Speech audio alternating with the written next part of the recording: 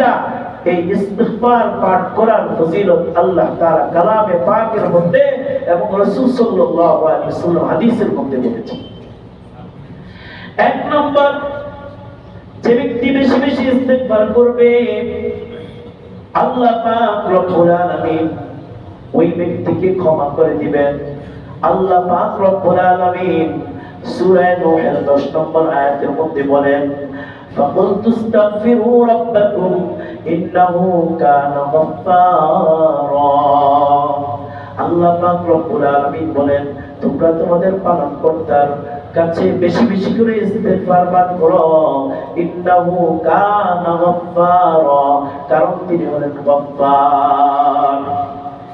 তোমরা যদি আল্লাহর কাছে বেশি বেশি করে ইস্তিগফার করো, গুনাহ করেছো ইস্তিগফার করতে থাকো, তাহলে আল্লাহ পাক রব্বুল আলামিন তিনি তোমার গুনাহগুলোকে maaf করে দিবেন, কারণ তিনার মতো গফফার ক্ষমাশীল আর দ্বিতীয় কেউ হতে পারে না। দুই নম্বর ফায়দা, আল্লাহ পাক রব্বুল আলামিন এই সূরার 11 নম্বর আয়াতের মধ্যে বলেন, ইউরসিলিস সামাআ আলাইকুম মিদরারা। আল্লাহ পাক রব্বুল আলামিন বলেন, তোমাদের জন্য আসমান থেকে উপকারী বৃষ্টি আল্লাহ পাক রব্বুল আলামিন বর্ষণ করবেন।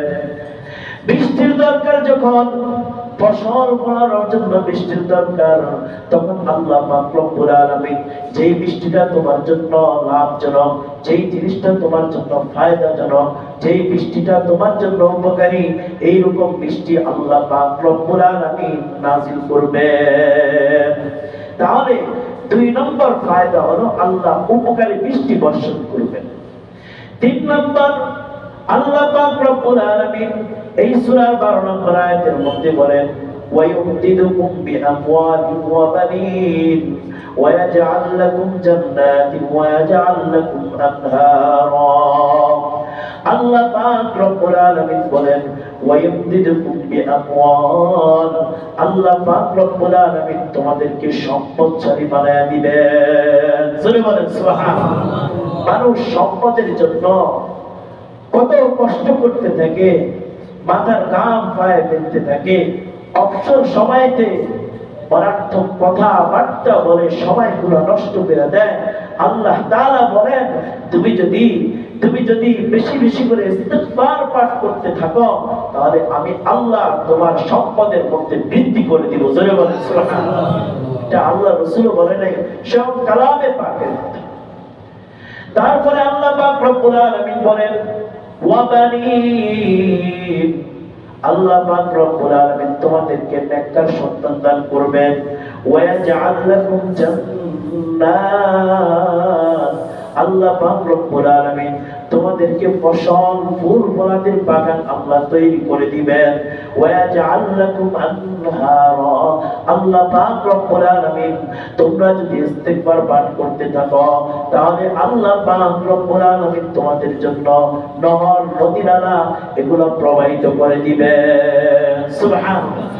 এই 6টা উপকারের কথা আল্লাহ তাআলা এই আয়াতে কারিমা গুলোর মধ্যে সূরা নূহের 10 থেকে 12 নম্বর আয়াত পর্যন্ত 6টা উপকারের কথা বলেছেন। তার মধ্যে থেকে 1 নম্বর, আল্লাহ ক্ষমা করে দিবেন। 2 নম্বর, আকাশ থেকে আল্লাহ তাআলা উপকারী বৃষ্টি বর্ষণ করবেন। 3 নম্বর, আল্লাহ তাআলা সম্পদের মধ্যে বরকত দিয়ে দিবেন।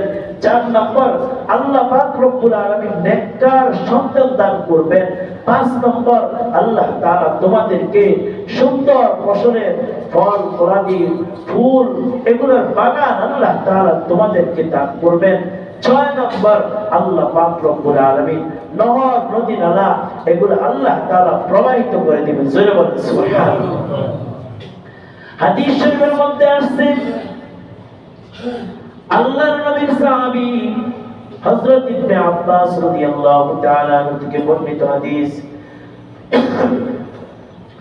তিনি বলেন, আল্লাহর হাবিব সাল্লাল্লাহু আলাইহি ওয়াসাল্লাম বলেন, কোন ব্যক্তি যখন ইস্তিগফার পড়াটাকে সে নিজের অভ্যাস করে নেয়, ইস্তিগফার পড়াটাকে সে যখন অভ্যাস করে নেয়, আল্লাহ পাক রব্বুল আলামিন তাকে তিনটা উপকার দান করবেন, ফায়দা দান করবেন।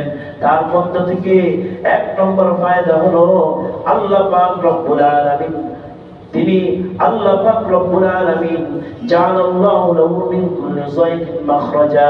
আল্লাহ পাক রব্বুল আলামিন যে ইস্তিগফারকে আবশ্যক করে নেবে, আল্লাহ পাক ওই ব্যক্তিকে সমস্ত প্রকার বিপদ আপদ থেকে আল্লাহ তাআলা হেফাজত করবেন। সুবহানাল্লাহ। দুই নম্বর, আল্লাহর হাবিব সাল্লাল্লাহু আলাইহি ওয়াসাল্লাম বলেন, ওয়া মিন কুল্লি হামিন ফারাজা। আল্লাহ পাক রব্বুল আলামিন ওই ব্যক্তিকে সমস্ত প্রকার দুশ্চিন্তা থেকে হেফাজত করবেন। তিন নম্বর, আল্লাহর হাবিব সাল্লাল্লাহু আলাইহি ওয়াসাল্লাম বলেন, ওয়া রাযাকাহু মিন হাইসু লা ইয়াহতাসিব। যে ব্যক্তি ইস্তিগফার পড়াটাকে আবশ্যক করে নেবে, ওই ব্যক্তিকে আল্লাহ তাআলা এমন এমন জায়গা থেকে রিজিক দান করবেন যেটা সে কখনো কল্পনাও করে না। সুবহানাল্লাহ।